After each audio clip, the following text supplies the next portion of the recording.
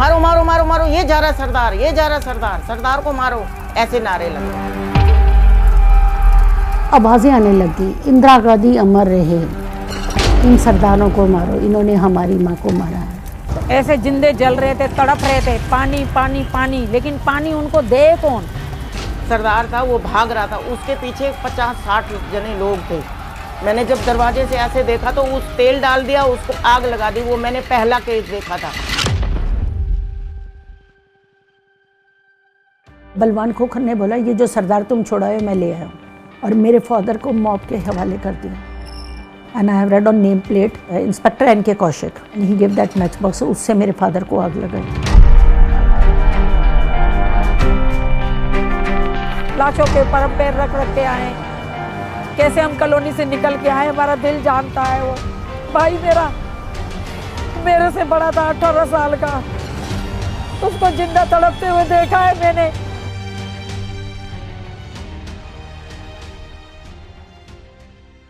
फिर हमने बहुत मुश्किल से तो हमने बच्चे अपने पाले, कि हमने बेलदारी भी की, लोगों के बर्तन ही मांजे, रोटी तो खानी थी बच्चों को। काम पे जाते थे, बच्चे हमारे चारपाइयों के नीचे सो जाते थे। जब काम से आते थे, जब हम अपने बच्चों को देखते थे भी हमारे बच्चों ने कुछ खाया कि नहीं खाया, बहुत हमने दुख देखे। तो हमें अब कहते कि भूल जाओ 84, हम कैसे भूलेंगे।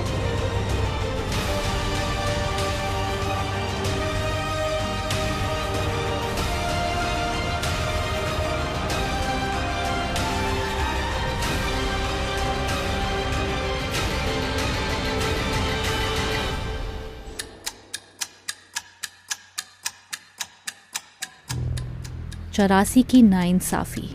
This is how the survivors remember the massacre of 6 in 1984. ਕੀਤਾ ਗੁਰੂ ਗ੍ਰੰਥ ਸਾਹਿਬ ਦਾ ਵੇਦ ਵੀ ਕੀਤੀ, ਔਰਤਾਂ ਦੀ ਵੇਦ ਵੀ ਕੀਤੀ, ਫਿਰ ਵੀ ਸਾਨੂੰ ਦੇਖੋ ਇਨਸਾਫ ਨਹੀਂ ਮਿਲਿਆ। 40 ਸਾਲ ਤੋਂ ਬਾਅਦ ਵੀ ਇਨਸਾਫ ਨਹੀਂ ਮਿਲੇ ਜਿਨ੍ਹਾਂ ਨੂੰ, ਉਹ ਫਿਰ ਕਿੱਥੇ ਜਾਣ ਜਨਾਨੀਆਂ, ਕਿੱਥੇ ਜਾਣ ਇਨਸਾਫ ਲੈਣ ਵਾਸਤੇ, ਕਿਹੜੀ ਸਰਕਾਰ ਨੂੰ ਲੱਭੀਏ। And this documentary is a testimony to the predicament of the women, the Kaurs, who continue to fight back.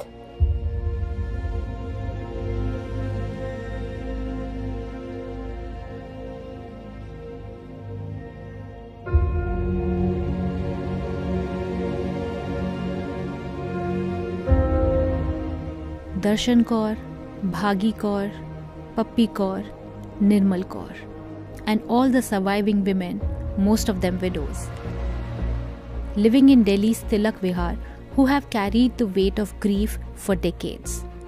Their voices rising in the relentless pursuit of justice. ये दर्शन कौर जहर खा रही है। तो आप लोगों ने क्यों किया था जहर? ये इसलिए किया था कि हमें सरकार इंसाफ दे। ये हमारी बात को बिल्कुल ध्यान नहीं देती है। And it is Kaurs like Nirpreet who took up arms to avenge the killers of her father, spent years in jail.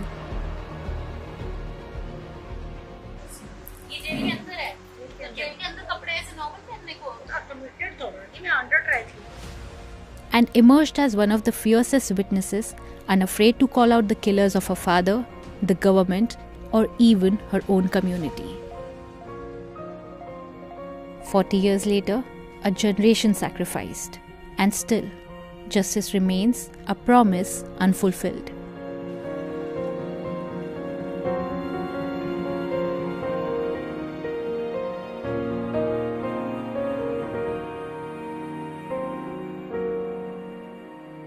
हमने तो ऐसा कभी सोचा ही नहीं था कि हमारे घरों में आके हमारे आदमियों को मारेंगे, या हमारे समझ में ये नहीं आ रहा था कि हम लोगों को क्यों मार रहे हैं ये। मेरे जेठ को खींच के ले गए बाहर, उसको तलवार मार के उसका पेट काट दिया। हम चीखे मार रहे थे, रो रहे थे, मेरी सास, मेरी नंदे वगैरह सारी हम चीखे मार मार के रोने लगे। हम उसको संभालने लगे। थोड़ी देर में गए ये ऊपर अंदर, और मेरे आदमी को बालों में से ऊपर टांड से उतार के, और मेरे आदमी के बड़े बड़े लंबे लंबे बाल थे, बालों में से खींच के लेके आ गए, पगड़ी उतार के। खाट होती है ना जो, वो डाल दिया मेरे आदमी के ऊपर। फिर एक रजाई डाल दी, उसके ऊपर टायर डाल दिया इन्होंने जला हुआ। मैं चीखे मार मार के रोने लगी। एक आदमी था बुजुर्ग सा जा रहा था, मैंने उसके पैर पकड़ लिए, ऐसे पैर पकड़ लिए तो वो मुझे घसीटता हुआ खींचता हुआ, मैंने कहा मेरे आदमी को छोड़ दो, मेरे आदमी को छोड़ दो।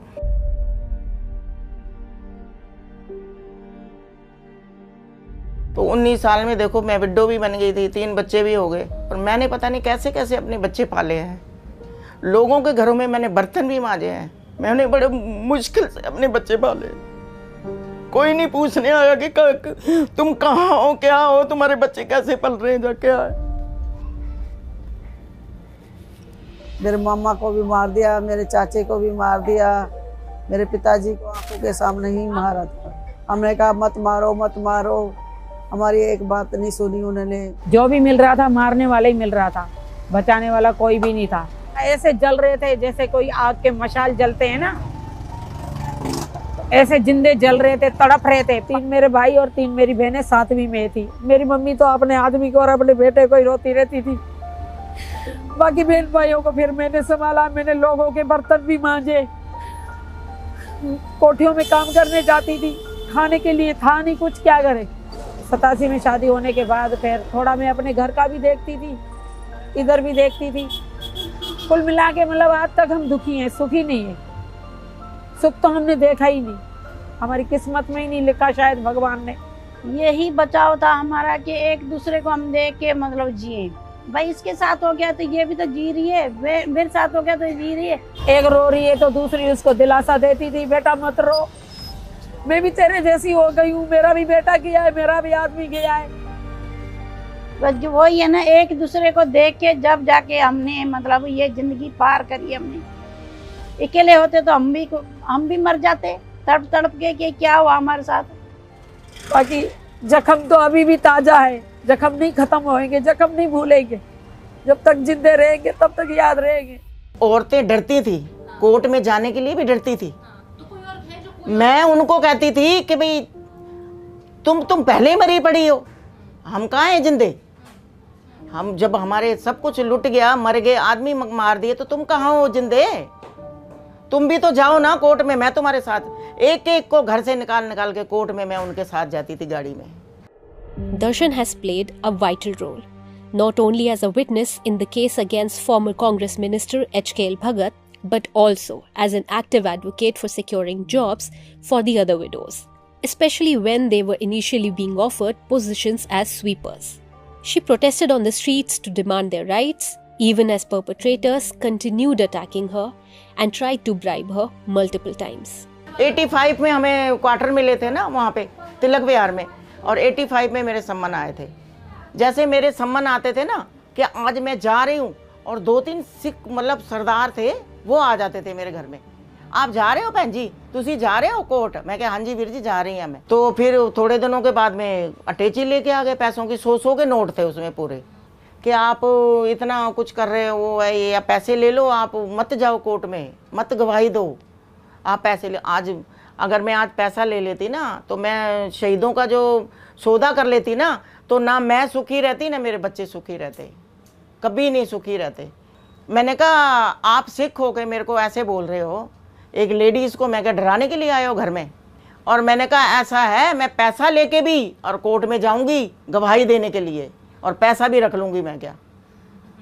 और नहीं तो मैं क्या 12 बंदे मरे, मेरे एक बंदा वापस ला के दो, मैं अपना आदमी नहीं मांग रही मैं क्या, मेरे एक बंदे ही ला के दे दो, कुछ कोई भी ला के दे दो मैं क्या। जो H.K.L. भगत था उनको भी गए सम्मान, वो कहता मैं था ही नहीं। मैंने एक बार ही देखा था उसको, पहली बारी, चश्मा लगाया वो था काला और सफ़ेद कुर्ता था, सब पजामा था। वो आया तो सारे जितने भी लोग थे ना मारने वाले, और पुलिस भी साथ में थी, वो नेता की तरफ भाग रहे थे, तो हम भी नेता की तरफ भागे थे कि हमको बचाने के लिए आगे। कहने लगा बड़ों को तो तुम मारोगे लेकिन छोटे बच्चों को भी मारो, कि ये भी सांप के बच्चे सपोले हैं, ये भी डंक मारेंगे। वहाँ पे उन्होंने क्या करा, 15-20 जने खड़े कर दिए, एक जैसे कपड़े पहना के और एक जैसा चश्मा पहना के, काला चश्मा, कोर्ट में। तो मेरे को कहने लगे कि भी आप इतने आपने दिया है बयान, तो आप आज कोर्ट में पहचानो इसको। अब मैं ऐसे ऐसे करके देखूं, मैंने कहा यहाँ ये तो, मैं कहा सर जी, मैं कहा साहब ये तो है ही नहीं थी, ये तो नहीं है। फिर चप्पल उतार दी मैंने ऐसे, और फिर मैंने सबको हटाया, ऐसे हटाती गई तो वो बीच में था, जैसे बीच में था ना, जैसे मैंने पकड़ लिया ऐसे मैंने पकड़ के ना उसको बस ऐसे मारने लग गई। मैं चप्पल देखूं, चप्पल कहाँ गई मेरी, चप्पल से मारूं उसको, चप्पल कहाँ गई मेरी, ऐसे मारने लग गई मैं। और बस मैंने उसके ऐसे पकड़ लिया, कपड़े को ऐसे पकड़ लिया, वो नीचे बैठ गया। फिर मेरे को पुलिस वालों ने, लेडीज़ पुलिस ने, सब ने पकड़ लिया। फिर मेरे को पकड़ने लगा, पता नहीं मेरे को क्या हो गया, मैं पागल सी हो गई वहाँ पे। इसने मारा, यही है, ऐसे बोलने लगी।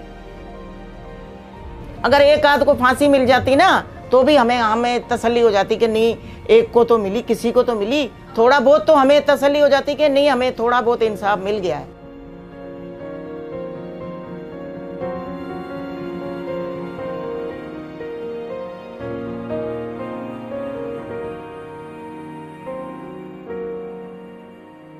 Nirpreet Kaur was a college student in 1984, studying at Delhi's Venkateshwar College. The mob attacked her home in Palam Colony, and she watched in horror as her father was burnt alive. Her own neighbors, people she had known and trusted, joined in aiding the killers. Balwan Khoko was sitting in my house and he said, सरदार जी आप क्यों tension ले रहे हो, इस colony का बाल भी बांका नहीं होगा, अगर ज़रूरत पड़ेगी तो हम प्रोटेक्शन ले लेंगे। सज्जन कुमार मेरा मामा, that time we knew first time कि ये सज्जन कुमार का भांजा है। She tried again and again to save her father. अभी मॉब थोड़ी दूरी गया था और मैंने कहा डैडी दौड़ो, मॉब दूर चले गया। तो मेरे फादर ने अपनी जो आग बुझाने के लिए, साथ में ना सीवरेज पड़ा था, नाला खुदा होता, मेरे फादर साहब ने नाले में छलांग लगा दी। मॉब में से किसी ने देख लिया, captain Bhagmal Singh, he was that time on duty navy का, उसने मेरे फादर को रस्सियों से बांधा पोल के साथ, टेलीफोन पोल था वहाँ पास में धनराज की शॉप के पास, और second time kerosene oil given, Rajkumar wife Mrs Dua game, और वो हमारे घर आती जाती थी। और मैंने उसको बोला आंटी नहा दो, एक ही कर रहे हो।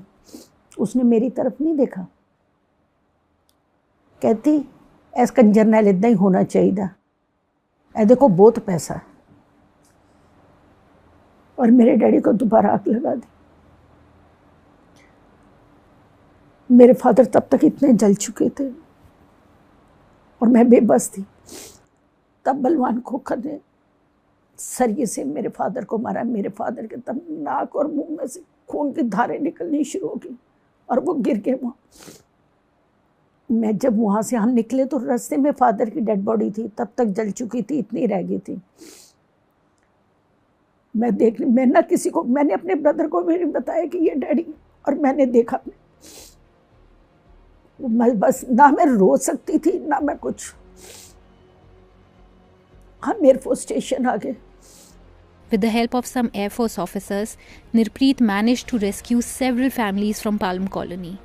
It was during one of their trips to the colony that she saw former MP Sajjan Kumar standing before the mob, inciting them to violence. एक भी सरदार बचना नहीं चाहिए। जो हिंदू सरदारों को छुपा रहे हैं उनके घरों को भी आग लगा दो। Nirpreet's relentless determination to seek justice and name the perpetrators made her a target, leading to multiple attacks. Fearing for her safety, her family eventually sent her to college in Jalandhar. जहाँ पर मुझे गुस्सा आया, मैंने federation join कर ली, all India Sikh student federation. ये जो कल्प्रिट्स थे, मैंने उनकी रैकी की हुई थी कि भी मैंने उनको मारना ही मारना। तो 86 में I have done marriage with one of ASSF person whose name was Roshan Lal Bairagi alias Gurdev Singh. Jail में जाना पड़ेगा या कुछ, ये दिमाग में ये नहीं चीज़ें थी, बस ये था बदला लेना नहीं का। और उस वक्त मुझे ये था कि उसके बाद में मेरी स्मूथ लाइफ हो जाएगी, पर ये नहीं मालूम था कि कितनी परेशानियां खड़ी हो जाएंगी, ये दिमाग में नहीं था मेरे। हम 1-2 दिन रहे, उसके बाद में हम दिल्ली को मूव हो गए, क्योंकि करना था, एक्शन करना था जो हमारे जो था। उससे 1 दिन पहले हमारे बीच में से एक बंदा वो लालची हो गया। उसका रिलेटिव एक ना पंजाब पुलिस में था, उसको इन्फॉर्म कर दिया उसने, तो हमारे को उन्होंने मेरे हस्बैंड को पकड़ा दिया। न्यूज़पेपर में आ गया कि भी अरेस्ट कर लिया, रोशन लाल बैरागी को अरेस्ट कर लिया और उसकी प्रेमिका Farhan. Nirpreet soon discovered she was pregnant and fled to Punjab, going underground. After a year on the run, during Operation Black Thunder in 1988, she was arrested from the Golden Temple. ये 9 मई 1988 को start हुआ था and I was arrested on 15th May 1988। I am a wife of extremist and वो नामी ग्रामी था, तो involvement तो कहीं ना कहीं होगी, ये तो कह नहीं सकते नहीं है। छुप के भी मैंने अपनी जान भी तो बचानी थी। और उससे पहले इन्होंने 80 जब मैं भागी उसके बाद 86 में इन्होंने मेरी मदर को अंदर कर दिया था और मेरी मदर की फ्रेंड को तिहाड़ में फेंक दिया था। तो मैं जाती तो कहाँ जाती, मेरे को दिल्ली पुलिस भी ढूंढ रही है, इवन पंजाब पुलिस भी ढूंढ रही है, जो मेरे हस्बैंड के केसेस थे उसकी इन्वॉल्वमेंट के लिए वो मुझे ढूंढ रहे हैं। तो मैंने तो कहीं ना कहीं एब्सकॉन्ड होना ही, तो छुपना ही था। और जेल में जाने के बाद में तो मेरे दिमाग में और भी ज़्यादा हो गया था कि भाई यार बदला भी नहीं लिया और अंदर भी आ गए, अब ये कैसे होगा। मैं पता नहीं कितना ये मालूम था, ये भी नहीं मालूम था कि बाहर आऊँगी भी, कोई टाड़ा लगी हुई थी, कभी क्या होगा। मेरी मदर भी टाड़ा में ही थे, कभी हमारा कब होगा। तब एक मकसद में था कि चलो पहले मम्मी को तो छुड़ाएं, कभी इस तरह किसी तरह देखते हैं क्या करना, अपना बाद में सोचेंगे कुछ करेंगे। ये भी दिमाग में चल रहा था कि अंदर बैठे किसी न किसी तरह मरवाने आए, मैंने छोड़ने नहीं। फिर 3 साल 1 महीने बाद में मेरी मदर को बेल मिली 1990 में। फिर वहाँ से जज से परमिशन आई कि भाई इन माँ बेटी को मिलने दिया जाए। जैसे मेरी मम्मी ने आवाज़ दी ना बेबी ना, एकदम कितने देर में तो बड़ा शौक रहना, तो मेरे मम्मी ने मुझे देख के जैसे रोने लगे ना। लोग देखने आए थे कि बेटी संपूर्ण कौर की बेटी है ना, देखने भी कितने बड़ा आतंकवादी है। फिर मेरा 96 में अक्विटल हुई मैं। Back in Delhi, Nirpreet reconnected with the victims of the 1984 massacre and resumed her fight for justice by assisting the Nanavati Commission, testifying against Sajjan Kumar, and locating key witnesses. Her efforts came at a great personal cost. Her mother was thrown off a terrace, leaving her with permanent leg injuries. कोई आसान नहीं है ढूंढना। आप ये मत सोचो कि भी गवाहों को ढूंढना है कि बहुत ईजी ऐसे कि जाना। ये पप्पी कौर एंड पागी कौर, निर्मल को कुछ औरतें मुझे मिलना चाहती थी, मैं भी उनको ढूंढ रही थी। मैंने किसी को मैसेज भेजे ढूंढने के लिए, तो उन्होंने किसी से बात की तो कहते ना ना ना उन्होंने ना मिले, वो उग्रवादी है। तो मैं तो एक बार कोर्ट में बोले, मैं कि मैं देशद्रोही हूँ क्योंकि मैंने इंसाफ मांगा, तुमने हमें मारा, सिस्टम को बेच दिया, सिस्टम की धज्जियाँ उड़ा दी, तुम क्या, तुम देशद्रोही नहीं? अगर मैं इसमें से निकल जाती तो मैं क्यों पीछे दौड़ती कल्प्रिट्स के। मैं भी अपना बहुत अच्छा मेरा बिजनेस मैंने एक बार इस्टेब्लिश कर लिया था, मैं कर रही थी, तो मुझे क्या ज़रूरत थी दोबारा इन केसेस में फंसने की और ये करने की। क्योंकि मेरे को एक खुंदक का एक बात है कि भाई हम लोग कहते हैं कि ये देश हमारा, हम देश थे क्या, हम अगर हम इस देश के नागरिक तो हमारे साथ ये हाल होता।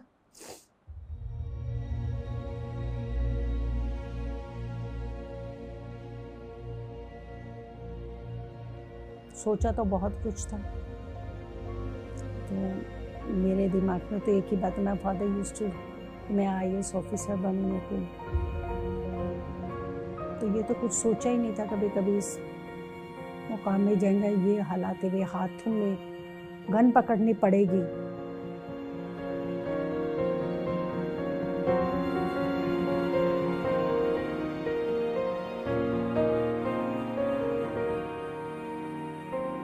हाँ, मैं दिल्ली में था 31 को, और उसी दिन सुबह से मैंने सब कुछ देखा। I was in the court. अब ये जो केस जिसमें सज्जन कुमार जेल में गया है 2006 में जाके रजिस्टर हुआ है, 22 साल बाद। जो नरप्रीत कौर, जगदीश कौर ये विके 22 साल बाद जाके केस रजिस्टर हुआ है। And this is, I would say this is primarily due to Narpreet's effort that Sajjan Kumar is in jail today. According to official figure 2733, हमारे अकॉर्डिंग तो दिल्ली में जा रहे। अब वो फैमिली जो तबाह हुई हैं उनके एक के साथ कितने लोग रिलेटेड हैं वो। अच्छा, अपार्ट फ्रॉम इट 3000 इंजर्ड हैं, बैडली इंजर्ड हैं, तकरीबन 50,000 प्रॉपर्टीज़ को आग लगाई, बिजनेस तबाह किए। कैसे? It is, you can not calculate, loss is innumerable. मैंने आके अपनी वाइफ को बोला कि हम तो, उसकी मेहर है कि हम बच गए, क्योंकि मेरे घर के ऊपर भी अटैक हुआ था। आई हैड एस्केप, हम तो बच गए ना, उनका तो कोई बचा ही नहीं। तो let's stay back for some time. तो हमने सोचा साल रुक जाएं, तो या साल के बाद चले जाएंगे। तो वहाँ that is how I started. ज़्यादातर तो लोग ऐसे थे जिनके अर्निंग मेंबर मर चुके थे, सिर्फ औरतें रह गई थी, बच्चे रह गए थे। अब एक केस में बताता हूँ, 3 भाई और एक उनका बाप, 4 लोग थे घर पे, गवर्नमेंट कॉन्ट्रैक्टर थे, शाहदरा में अपना घर था, चारों को मार दिया। और उसके बाद उन्होंने जो उनकी जो विडोज़ थी ना, उनको गवर्नमेंट जॉब दी। वो सब जितनी भी लेडीज़ थी सब अनपढ़ थी। अब उसको जब गवर्नमेंट जॉब मिली तो वो शी वॉज इलिटरेट, उसको स्कूल में माली की नौकरी मिली। पहले उसने नहीं की, बाद में बेचारी क्या करें। तो सारी उम्र उसने स्कूल में माली की नौकरी की है। अब वो फैमिली का स्टेटस जो 84 में था, तो अभी वो जाके 5-7 साल हुए रिटायर हुई, तब तक फैमिली का स्टेटस कहीं का कहीं पहुंच जाना था, और फैमिली का क्या हालत हो गया। मोस्ट ऑफ द FIRs जो यहाँ हुए हैं, उसमें ऐसे FIR की हालत ऐसी है कि ये कभी भी they can not reach to their end. Actually in the trial they will fail. That's why most of the cases and most of the women जिनके केसेस गिरे हैं, ये वो लोग जाते हैं कोर्ट में कि शायद एक को तो न्याय मिलेगा। हरमिंदर कौर को 4 बार पुलिस स्टेशन में बुला के इंटेरोगेट किया, विडो को 4 बार पुलिस स्टेशन में बुला के इंटेरोगेट किया। HKL भगत को एक बार नहीं पूछा, क्वेश्चन नहीं पूछा, एक भी क्वेश्चन नहीं पूछा। इसने 4 स्टेटमेंट दी हैं, चारों में कंट्राडिक्शन है। अभी 4 बार बेचारी पूरी औरत से आप पूछोगे तो क्या बताएगी? कंट्राडिक्शन है, case closed. Just imagine a illiterate lady standing in the court, and for 1 month they have to stand in the court and recount the horror stories, and it is very easy for the big lawyers to pick up whole, and the case would fall. So they have not got justice because of our loopholes in the system. So our understanding is that major work is required in the area of legal assistance to these women actually. वो एक तो पहली तो rehabilitation बहुत बड़ा काम था, इनकी rehabilitation which I should must say it has not been properly done. Everyone has failed. I will not say only government, even the community, Sikh community has failed.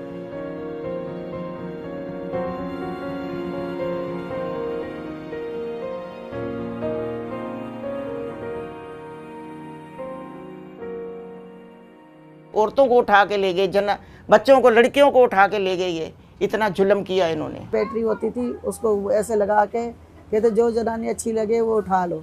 एक और थी, आपको बताती हूँ मैं, त्रिलोकपुरी वाले मैटर में, उसके थोड़े दिन शादी को हुए थे और उसकी कंडीशन ऐसी थी, जब आर्मी वाले उसको लेके आए कि उससे चला भी नहीं जाता था। पद्मी कौर, एक विडो, उससे क्या ने ये बयान दिया, मिश्रा कमीशन ने क्या किया कि उसकी बेटी की शादी थी, अब माइनर बेटी थी, 14 साल की, 15 साल की। उस लड़की का बाप, उसका दादा, उसका नाना, उसका भाई, उसका मामा, उसका मसड़, उसका फुफ्फड़, उसका 9 लोगों को मारा, 9 को मारा। और वो ब्याह वाली लड़की से उसको उठा के ले गए। 3 दिन के बाद वो लड़की वापस आई और आधी पागल। अब ये देखो, जस्टिस मिश्रा अपनी रिपोर्ट में ये लिख रहा है, और उसके बाद ऑर्डर कुछ नहीं कर रहा। अरे उसने नाम लिए हैं, ब्रह्मानंद गुप्ता और दूसरे सब लोगों के नाम लिखे हैं उसने। जो सुप्रीम कोर्ट का सिटिंग जज था वो मिश्रा, रंगनाथ मिश्रा, उसके बाद चीफ जस्टिस बना सुप्रीम कोर्ट का। क्या उसकी ड्यूटी नहीं बनती थी? बुला के पूछो, रजिस्टर केस क्यों नहीं किया? रेप का किसी ने नहीं दर्ज करवाया। क्योंकि सारे ये कहते हैं कि भी हमारी लड़कियों की भी बदनामी होगी, आगे कौन शादी करेगा लड़कियों के साथ। फिर औरतें भी शर्म के मारे चुप कर गई। दूसरी औरतों ने बताया अब लॉ में दूसरी औरत का तो चल नहीं सकता, जब खुद कहे तो वही कहे ना। तो लोकपुरी से ये लड़कियों को उठा के ले गए, और एक वहाँ पे हवलदार था जुक्ति राम, 3 नवंबर की बात है, 3 के 4 नवंबर की, वो जीप मांगी डीसीपी से कि मैंने वो लड़कियों को बचा के लेके आना है। डीसीपी ने जीप देने से मना कर दिया, कहता जीप की सेफ्टी नहीं है, वो लोग जीप को जला देंगे। साथ में खड़े थे मीडिया वाले ने कहा जीप वो लड़कियों को बचाने के लिए जा रहा है, कहता अच्छा जीप ले जाओ, मगर अगर जीप डैमेज हुई ना तो I will take action against you. बल्कि जीप का, लड़कियों का नहीं। वो 30 लड़कियों को चिल्ला गांव से बचा के लेके आके उसने यहाँ पे छोड़ा।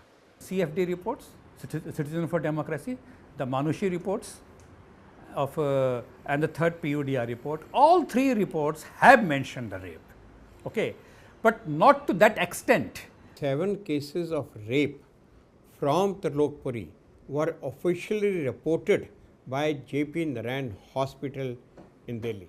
At that time, this awareness कि इनका क्या होगा अगर इनकी बदनामी हो जाएगी, so that shame, okay, and there was nobody to help them. PUDR has got access to the handwritten complaints, affidavits and FIR, and in that complaint if you see the handwritten complaints हैं उसमें भी mention है, but in the affidavit and in FIR you will not find that mention.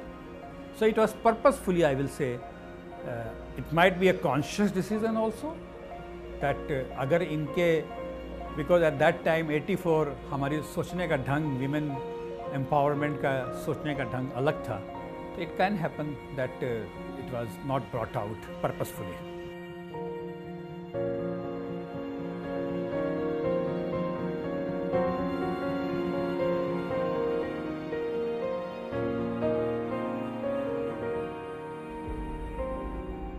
My name is Sanam Sutirat Wazir. I am the author of The Cause of 1984. There are many, many causes of 1984, and that is why I think it was important to tell that what happened with the cause. You know, the one emotion that I think was common with all the families that I've met, and I want to say this line in Punjabi. I remember Lakshmi auntie telling me कि काश मेरे नाल आके कोई एक बारी बह जांदा, एक बारी मेरा हाथ फड़ के कोई ये कह दिंदा कि असी तुहाडे नाल आ. And in the 40 years that never happened.